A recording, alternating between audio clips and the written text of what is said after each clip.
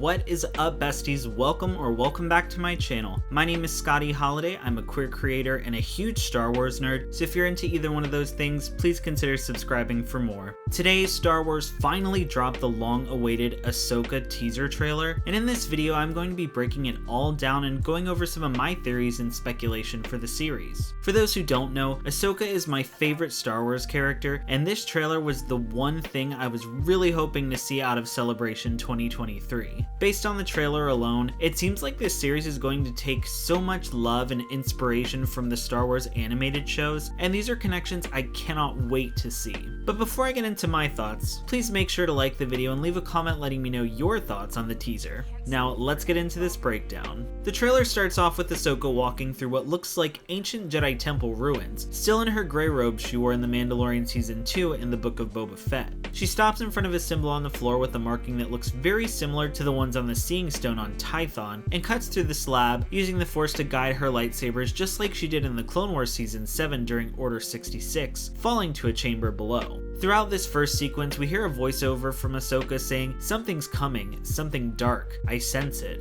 And I have to assume she's referring to the return of Grand Admiral Thrawn, but we'll get more into that later. Directly after, we see the Lucasfilm logo, which is surprisingly red, possibly hinting further towards the darkness Ahsoka mentioned. We cut to our first shot of Sabine Wren inside Ezra's hideout tower on Lothal as she stares into her helmet in front of her. Surprisingly, her hair is the longest we've ever seen it, and it almost seems like she's been going through some stuff since Ezra's sacrifice at the end of Rebels Season 4. I also love the Loth cat inside the tower as well. I think they've really nailed the design. Natasha Liu Bordizzo looks great, but I can't decide if I like the long hair or not. This choice could be setting up a really powerful sequence of Sabine deciding to get back into the fight, cutting her hair, and donning her armor again for the first time in a long time.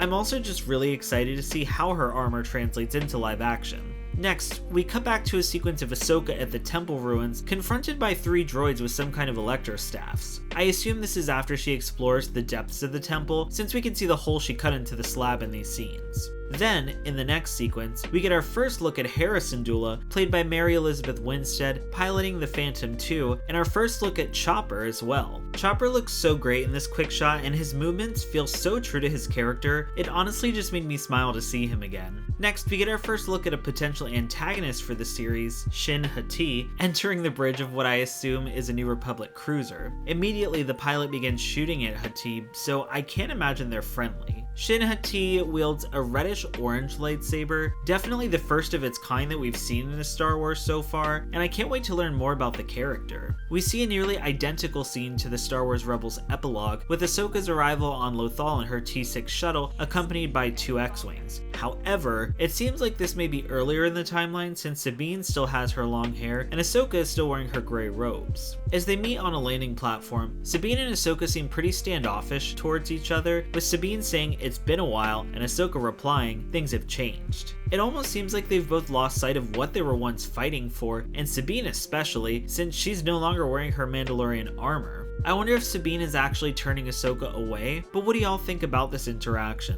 Let me know down in the comments below. I wasn't expecting a huge New Republic tie-in, however the teaser surprised us with a shot of New Republic cruisers and a hologram of New Republic senators accompanied by Chancellor Mon Mothma, played by Genevieve O'Reilly. Y'all know I'm a huge Mon Mothma stan, and I've been dying to see Genevieve O'Reilly play Mon post Return of the Jedi since Andor Season 1, so this just got me so hyped. Also, the senator to her right is actually listed as Senator Xiono, the father of Kazuda Xiono from Star Wars Resistance. I'm slightly nervous about Mon's portrayal in this series because of where it takes place within the timeline, especially given the state of the New Republic we've seen so far in The Mandalorian Season 3. I just really hope they do her justice. We hear another voiceover from Ahsoka saying, "I started hearing whispers about Thrawn's return as heir to the Empire," as our first tease of the Grand Admiral fades into view, with Lars Mikkelsen now confirmed for the series. This is also the first time the phrase heir to the Empire is referenced in universe, alluding to Timothy Zahn's Legends novel.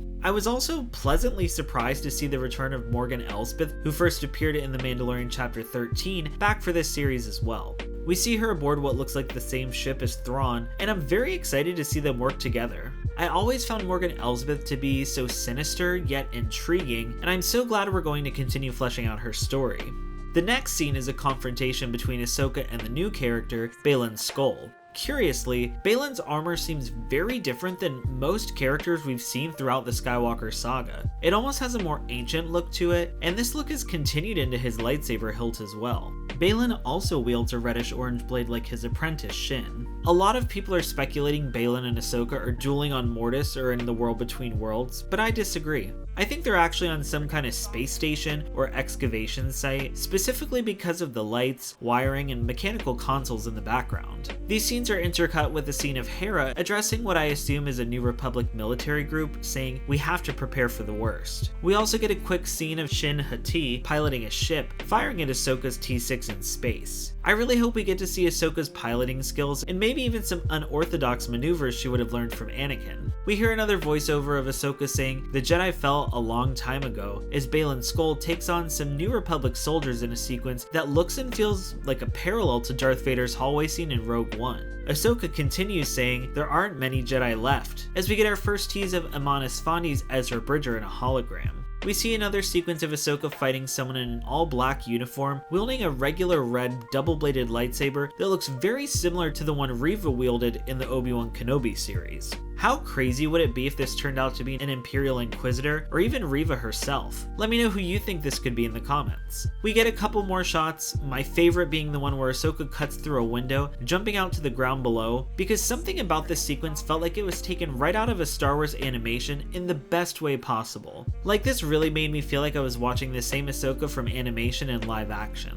These shots are intercut with the words warrior, outcast, rebel, and Jedi, and I'm curious why Jedi is included. In Star Wars Rebels Season 2, Ahsoka tells Darth Vader, "I am no Jedi," but in The Mandalorian, in this teaser, she's referred to as a Jedi. I'm really curious as to why this is, and I really hope the show will give us some kind of explanation. Then in the final scene of the trailer, we see Professor Huyang as he says, "Perhaps it is time to begin again," which seems like it's in response to Ahsoka's line about the Jedi from earlier, though this could be a misdirect. For those who don't know, Professor Huyang is an architect droid first introduced in the Clone Wars series who taught 1,000 generations of Jedi younglings how to construct their first lightsabers. I really have no idea what to expect from his inclusion, but the theories are really endless. My mind immediately went to Kanan and Hera's son, Jason, who we were only introduced to briefly in the Star Wars Rebels epilogue. And then last but not least, we get the Ahsoka title sequence animation, which I really love, and the release date of August 2023.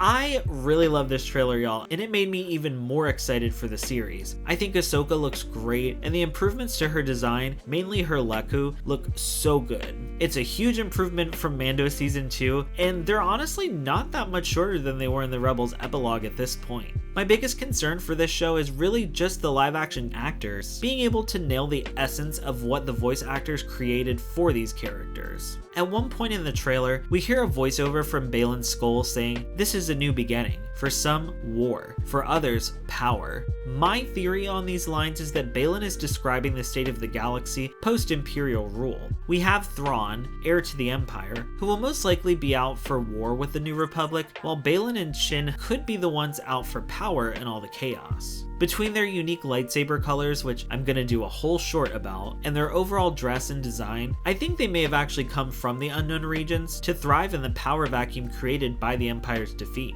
Something I really hope we get to see in this series is Hayden Christensen back as Anakin interacting with Ahsoka, whether that's in a flashback or as a Force ghost. We don't know when Ahsoka found out about Vader's redemption, but I would really love to see that emotional moment on screen. I would also love to see a Clone Wars flashback during Ahsoka's time as Anakin's Padawan, and if there was ever a series to give us Clone Wars flashbacks, this would be it. I'm curious if we'll see Captain Rex at all in this show too. We know he was present during the Battle of Endor, so he may still be alive during this time and working with the New Republic.